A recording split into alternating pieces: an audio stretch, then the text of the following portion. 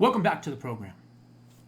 I have said for the longest time that China and the CCP are the largest existential threat to not just the United States, but to all of humanity around the world. They have some of the most sophisticated spying mechanisms. They are a communist regime, obviously. They traversed the United States of America in 2023 for well over 4 months. They put drones in our skies. They have taken over the South China Sea. They have built military installations in that area. They have threatened our allies. They have taken back Hong Kong. They were a big responsibility when it came to COVID. They were part of it. So many things, from debt trap diplomacy to the Belt and Road Initiative to TikTok. It's endless. They have spies here in America. They have infiltrated our universities, and our research centers. They are a threat. They are a major threat. And President Trump is starting to understand that. That's why they are getting ready to create and build this dome similar to what Israel has over the United States. So we're thankful for that. But the supply chains and our medicine in particular, and our surgical supplies in particular, and pharmaceuticals, those are a big problem as well. But it's not just that. They have other capabilities. Now, the question remains, does China have an off switch for the United States of America? This is a chilling story that I'm about to tell you.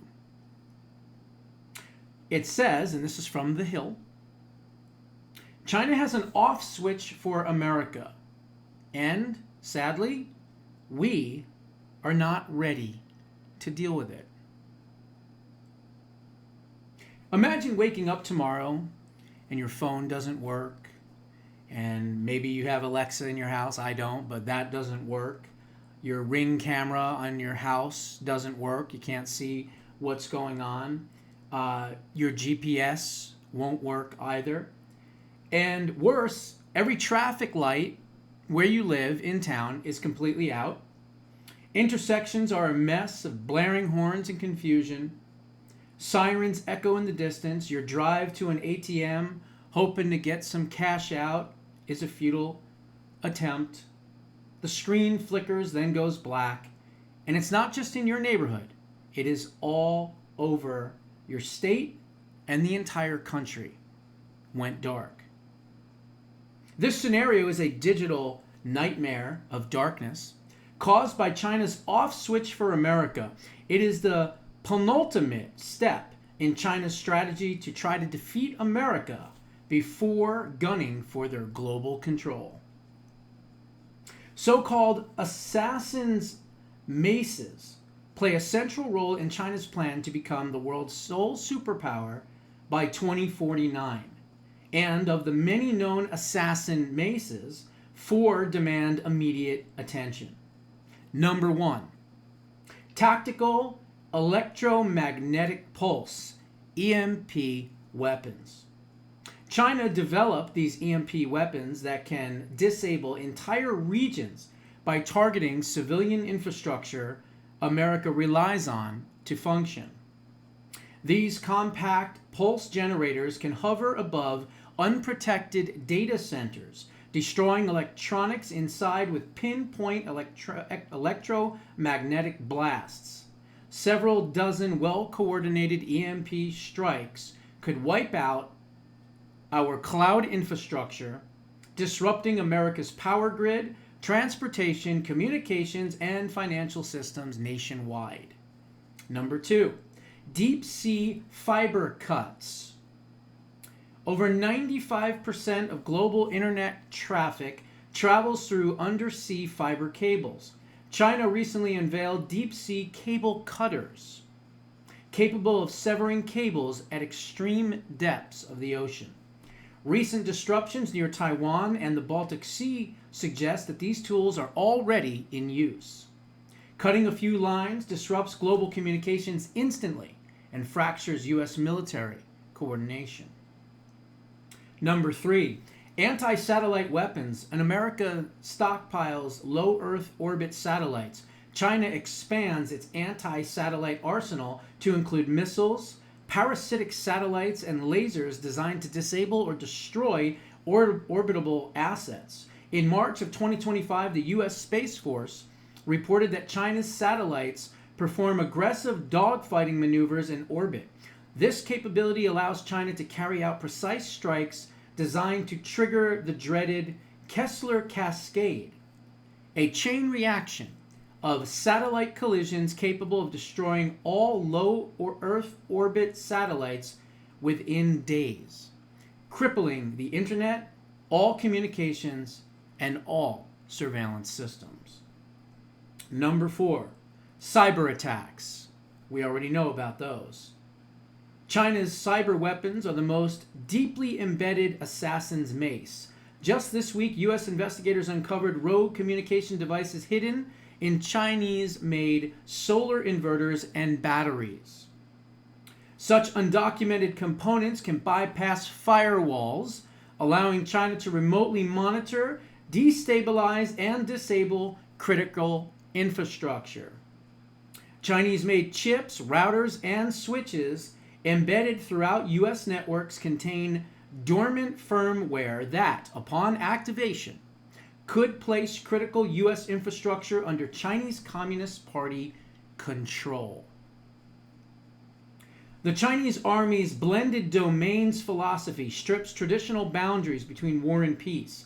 An omnipresent battlefield erases any line between military and civilian enterprise.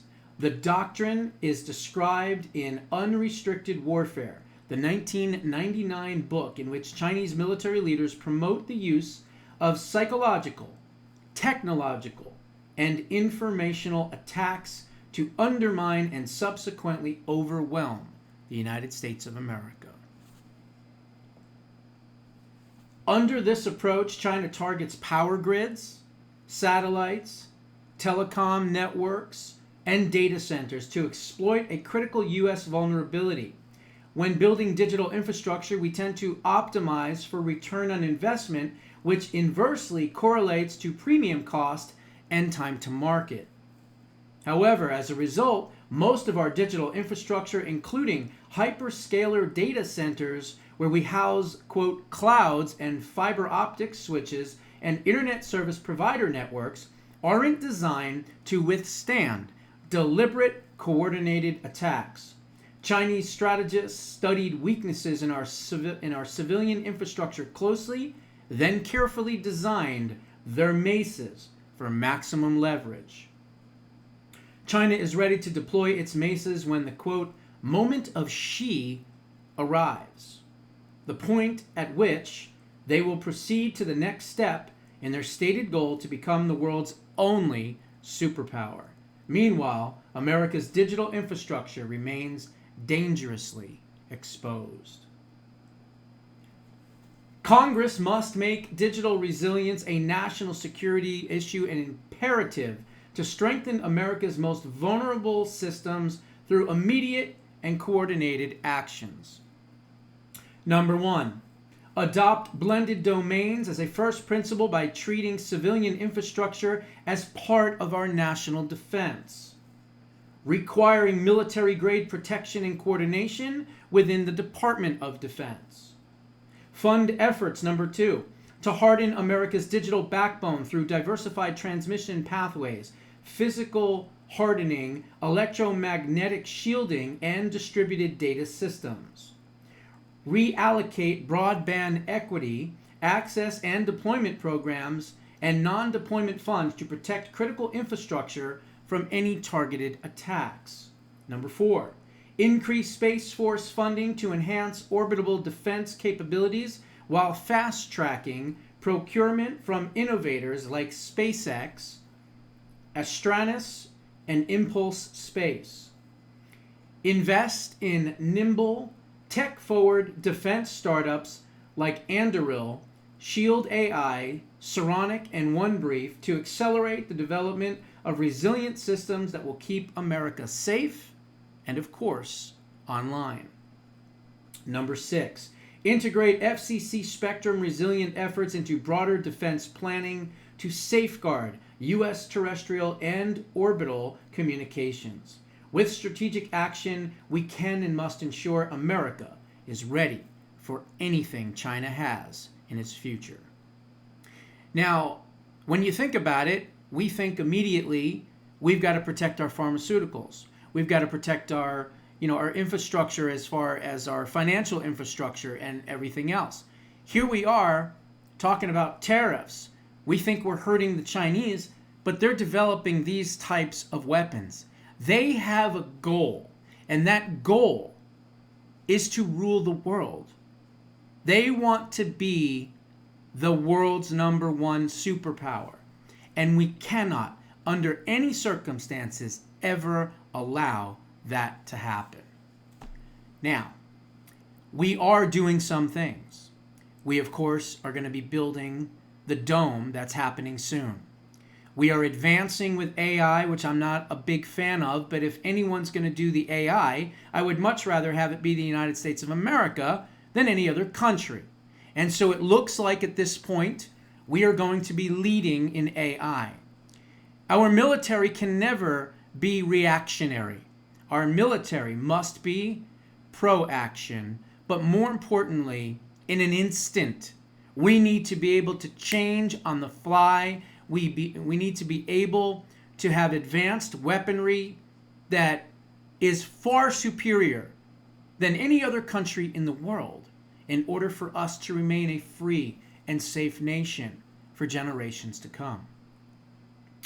So who's to blame for this lack of military expertise in America and allowing the Chinese to advance in their technology? Well, clearly the last 4 years of the Autopen administration are responsible. They wanted to gain power so much that they allowed the Chinese to run America. That's not hearsay, that's not opinion, that's fact. They stole the election, and the Chinese helped them steal the election in 2020, and they said, look, if you put us back in power, we'll allow you to control a lot of America. And I'm telling you right now, with every breath in my body, that is 100% the truth. Thank God President Trump is president. Thank God he has a cabinet that is forward-thinking, that understands the absolute danger the United States is in if we don't immediately catch up and surpass the Chinese, because they are going to be in a battle with us to see who's going to reign supreme as the number one and only superpower. God help us. Thank God we have the right people in place, and I think we're going to win this battle. But we have to act fast, and we only have the next 4 years to do it, because if, God forbid, the Democrats take over 4 years from now, not going to be good. Not going to be good. So we've got to get election integrity. That has to be the most important thing. Not this big, beautiful bill, which, by the way, is going to become the big, beautiful rewrite.